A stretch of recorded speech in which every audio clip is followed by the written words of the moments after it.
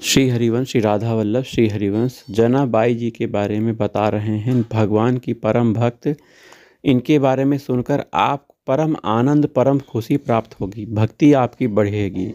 तो इस जनाबाई जी की कहानी को जरूर सुनिए। राधा वल्लभ श्री हरिवंश।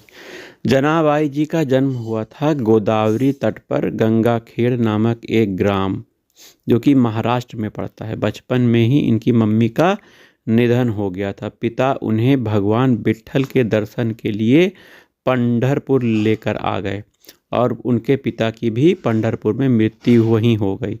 जनाबाई जी के हृदय में भगवत प्रेरणा से यह बात आई कि कोई भक्त अगर उन पर कृपा कर दे तो उन्हें भगवान का साक्षात्कार हो जाए। इसलिए जनाबाई जी ने 8 वर्ष की आयु में नामदेव जी महाराज के यहाँ सेवा करना स्वीकार कर लिया। नामदेव जी निरंतर भजन पारायण में रहते थे, निरंतर भगवान के नाम में डूबे रहते थे। नामदेव जी जैसे महात्मा के यहाँ सेवा मिल जाना मतलब स्वयं प्रभु की सेवा से भी बड़ी सेवा मिल जाना था। जनाबाई जी के हृदय में एक ही बात थी कि वे नामदेव जी को प्रसन्न कर लें। जनाबाई अब नामदेव जी के पूरे परिवार की तन्मयता पूर्वक सेवा करने लगीं। वह उनके घर के सभी कार्य जैसे कपड़ा धोना, आटा पीसना, भोग तैयार करना, बर्तन मांजना, झाड़ू पोछा करना सब स्वयं करने लगी। जनाबाई को सेवा में बड़ा आनंद आने लगा। नामदेव जी की सेवा और संग के प्रभाव से उनका निरंतर नाम जाप चलने लगा। जो नामदेव जी जब कीर्तन करते थे वही जनाबाई जी भी कीर्तन और नाम स्मरण करने लगी।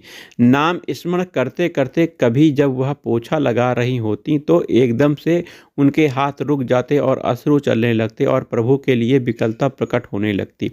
श्री जनाबाई जी की भाव दशाएं आने लगी और उनके हृदय में भगवान विट्ठल के प्रति प्रबल आसक्ति होने लगी।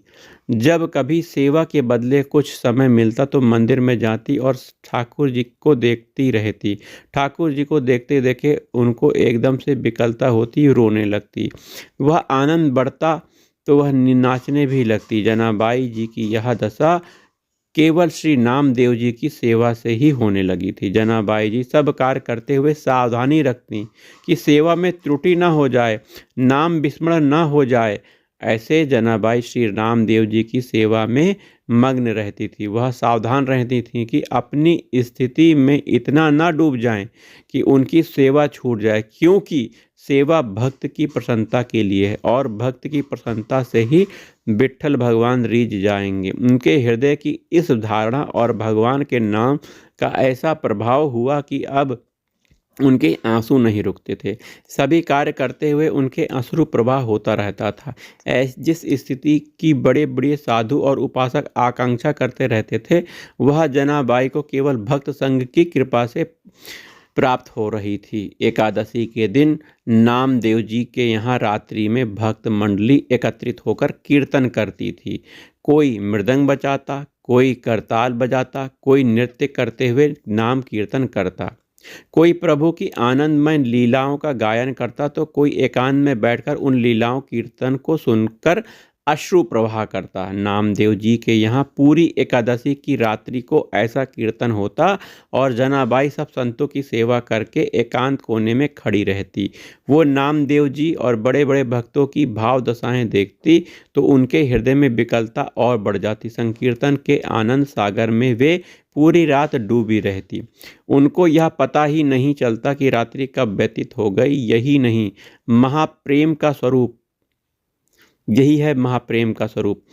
प्रातः काल होते ही भक्त मंडली चली जाती और जनाबाई भगवत प्रेम की मादकता में बावरी होकर ठाकुर जी की प्रसन्नता के लिए श्री नामदेव जी की सेवा में मग्न रहने लगी। एक दिन एकादशी की रात्रि में जनाबाई भाव में ऐसी डूबी हुई थीं कि सुबह हो गई और उनकी सेवा बाकी रह गई। घबराते हुए उन्होंने सोचा कि पहले वस्त्र धो लें। जब वह चंद्रभागा नदी के पास पहुंची तो उनके मन में बहुत सी चिंताएं एक साथ आने लगी। सोच रही थी कि अभी तो बर्तन धोने हैं, ठाकुर जी की सेवा के लिए पानी भी भरना जाना है, आज तो बहुत देर हो गई, कैसे मैं सब सेवाएं पूरी कर पाऊंगी। यह सोच ही रही थी कि एक वृद्ध माता उसके पास आई और कहा, जनाबाई तू चिंता ना क्यों कर रही है, तू जाकर बाकी के काम कर ले, मैं तेरे सारे कपड़े धो देती हूँ। जनाबाई ने कहा कि आप मेरा काम क्यों करेंगी। वृद्धा ने कहा मैं सच्ची सफाई और धुलाई करना जानती हूँ। जो कपड़े मैं एक बार धोती हूँ वह दोबारा गंदे नहीं होती। जनाबाई समझ नहीं पाई। बुढ़िया ने प्रेम से कहा तू चिंता मत कर, तू मेरे जैसे कपड़े साफ नहीं कर सकती। जनाबाई ने कहा अब मुझे तत्काल नामदेव जी के घर जाना होगा क्योंकि मैंने बर्तन नहीं धोए हैं। वो यह कहकर और कपड़े वहीं नदी के किनारे छोड़कर चली गईं। जनाबाई बर्तन धोकर जल भरकर वापस आई। उन्होंने देखा कि माता ने सब कपड़े धोकर सुखा भी दिए हैं। जनाबाई ने देखा कि सारे कपड़े एकदम साफ हो गए हैं। जनाबाई ने हाथ जोड़कर कहा कि आप जैसा उदार तो मुझे जीवन में कोई मिला नहीं। जनाबाई ने बोला कि मैं आपका बहुत आभार मानती हूँ। मैया ने कहा आभार की क्या बात है, मैं तो तुम्हारी ही हूँ, अपनों से आभार थोड़ी ना प्रकट करते हैं। ऐसा कहकर मुस्कुराते हुए वह वृद्ध माई वहाँ से चली गई। जाते जाते उन्होंने कहा अगर कभी भी ज़रूरत हो तो मुझे याद कर लेना, तुम जब याद करोगी तो मैं तुम्हारी सेवा के लिए उपस्थित हो जाऊंगी। जनाबाई जी भाव में डूब गईं क्योंकि उस वृद्ध की मुस्कुराहट ने उनके हृदय में आनंद का वर्धन किया। जब चेतना आई तो उन्होंने सोचा कि मैं तो पूछा ही नहीं कि वो कहाँ रहती हैं, उनका क्या नाम है। उन्होंने आसपास देखा तो वृद्ध दिखाई नहीं दी। अब तो उनके हृदय में विकलता हुई। शरीर तो इतना वृद्ध था उनका, फिर कैसे वो हवा की तरह भाग गईं, वह कौन हो सकती हैं।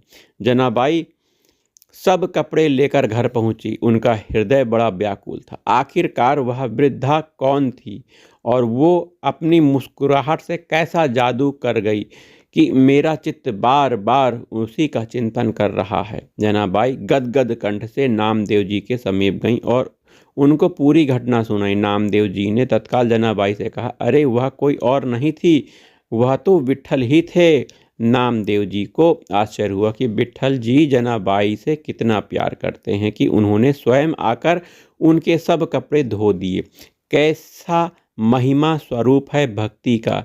श्री नामदेव जी ने कहा कि जनाबाई तेरे अहो भाग्य हैं, तेरे तो अहो भाग्य हैं कि तेरे ऊपर ठाकुर जी की कृपा हुई, तू समझ नहीं पाई। अब तो जनाबाई के हृदय में और प्रणय कोप बढ़ गया कि प्रभु आए भी तो ऐसी छलिया रूप लेकर आए। जनाबाई रोने लगी कि इतने छलिया हो कि आप आए भी और मुझे परिचय भी नहीं मिल पाया।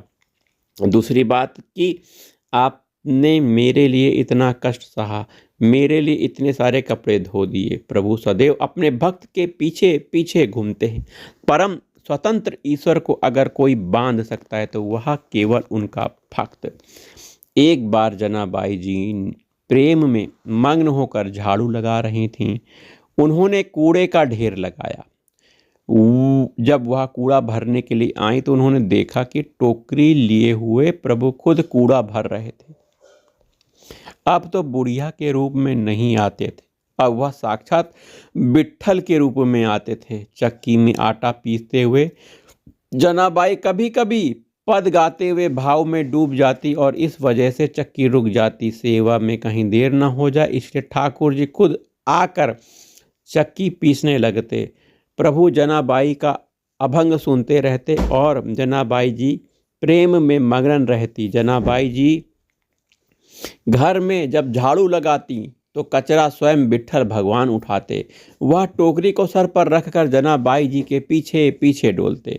भक्ति की कैसी महिमा है। भक्त की भक्ति से प्रभु अधीन हो जाते हैं।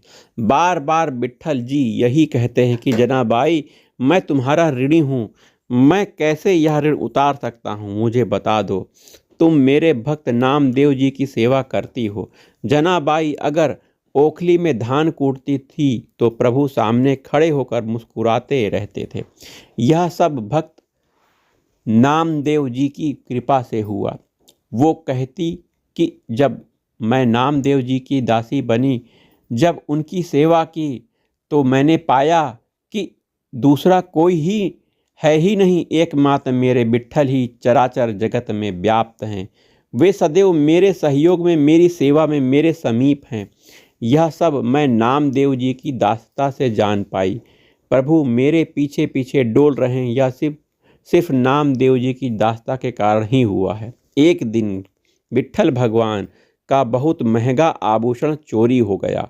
जनाबाई जी सेवा के लिए मंदिर जाती थी। सबको संदेह हो गया कि जनाबाई जी ने आभूषण चोरी किया होगा। यह बात फैल गई। जनाबाई को लोग कलंकित करने लगे, यह कि बहुत बड़ी भक्त बनती है, लेकिन देखो इसने ठाकुर जी का आभूषण चुरा लिया है। जनाबाई जी को सभा में बुलाया गया, पूछा गया कि तुमने वो हार चुराया है क्या? जनाबाई ने कहा कि मेरे प्राण धन श्री विट्ठल भगवान है, मैं उनका हार क्यों चुराऊंगी? वह खुद मेरे हैं, मुझे हार चुराने की क्या जरूरत है? भक्त की भावनाओं को तो कोई भक्त ही समझ सकता है। जनाबाई जी ने शपथ खाकर कहा कि मैंने ये रत्न का आभूषण नहीं चुराया है।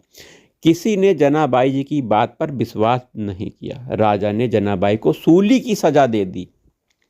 सूली पर चढ़ाने के लिए जनाबाई को हाथ बांधकर चंद्रभागा नदी के तट पर ले जाया गया। जनाबाई के हृदय में आया कि बहुत बढ़िया, जैसे विट्ठल की इच्छा। बस वह विट्ठल विट्ठल जपने लगी। जैसे जैसे वो विट्ठल बोलती वैसे वैसे सूली पिघलती जाती। ऐसी होते होते पूरी सूली पिघल गई। सब आश्चर्यचकित हो गए। राज सैनिकों ने जनाबाई को प्रणाम किया और क्षमा मांगी। यह लीला दो प्रभाव दिखाने के लिए हुई। पहली, जनाबाई जी का कोई भय नहीं था, क्योंकि वह सोच रही थी कि सूली की सजा मेरे प्रीतम का विधान है और मेरे प्रीतम के मिलन के लिए अब ये शरीर छूटने वाला है, तो भय किस बात का। और दूसरी बात ये कि एक भक्त कितनी महिमा से युक्त होता है, एक भक्त कितनी महिमा से युक्त होता है, इससे प्रभु दिखाते हैं कि उसके भक्त को प्रकृति का कोई प्रहार विचलित नहीं कर सकता, नष्ट नहीं कर सकता। एक बार कबीर दास जी महाराज श्री नामदेव जी के दर्शन करने जा रहे थे। उन्होंने देखा कुछ शोरगुल हो रहा है, तो किसी से पूछा कि क्या हो रहा है। तब उन्होंने बताया कि जनाबाई जी किसी स्त्री से लड़ रही हैं। कबीर दास ने पूछा कि जनाबाई कौन है, तो उन्होंने बताया कि नामदेव जी की सेवा में रहती हैं। वे नज़दीक गए तो पता लगा कि लड़ाई गोबर के कंडों पर हो रही है। उनके मन में विचार आया कि एक भक्त कंडे के लिए कैसे लड़ सकता है। वह ऐसे ही आनंद मग्न होकर उनका झगड़ा सुनने लग गए। वहीं दूसरी स्त्री कह रही थी कि कंडा मेरा है। जनाबाई ने कहा नहीं, कंडा मेरा है। उस स्त्री ने जनाबाई से पूछा तेरे कंडे की पहचान क्या है? जनाबाई ने बोला कान लगा के सुनो, मेरा कंडा बोल रहा है विट्ठल विट्ठल विट्ठल। यह आश्चर्य की बात है। जड़ वस्तु से नाम गूंजने लगा। जब सामने वाली स्त्री ने भी सहमति दी कि कंडे से विट्ठल विट्ठल सुनाई दे रहा है, तो कबीर दास जी को भी लगा कि देखा जाए कि यह बात कितनी सच है। कबीर दास जी ने भी कंडे को कान पर लगाया तो विट्ठल विट्ठल की ध्वनि सुनाई दी। उन्होंने जनाबाई जी के चरणों में प्रणाम किया। कबीर दास जी ने सोचा कि कितने महान हैं नामदेव जी, कि उनकी सेवा में रहने वाली दासी के भी ऐसे महान परमाणु हैं कि जिस चीज को उन्होंने छू लिया वो भगवान का नाम विट्ठल विट्ठल बोलने लगा। जनाबाई जी की नामदेव जी से ऐसी तन्मयता हो गई कि जब नामदेव जी ने समाधि ली तो ठीक उसी दिन कीर्तन करते हुए जनाबाई भी विट्ठल भगवान में विलीन हो गई। तो जो भक्तों के चरणों का आश्रय लेता है, उसके सारे विकार नष्ट करके प्रभु उसे स्वयं भगवत अनुराग में रंग देते हैं। इस प्रसंग को आपने सुना, इससे हमें सीख मिलता है कि किसी भक्त की सेविकाई से प्रभु कितने प्रसन्न होते हैं और भक्तों के प्रति श्रद्धा रखने से भगवत प्राप्ति कितनी सरल हो जाती है। राधा वल्लभ श्री हरिवंश श्री वृंदावन श्री वंचन। राधा वल्लभ श्री हरिवंश श्री वृंदावन श्री वंचन। जय जय श्री राधा, जय जय श्री राधा।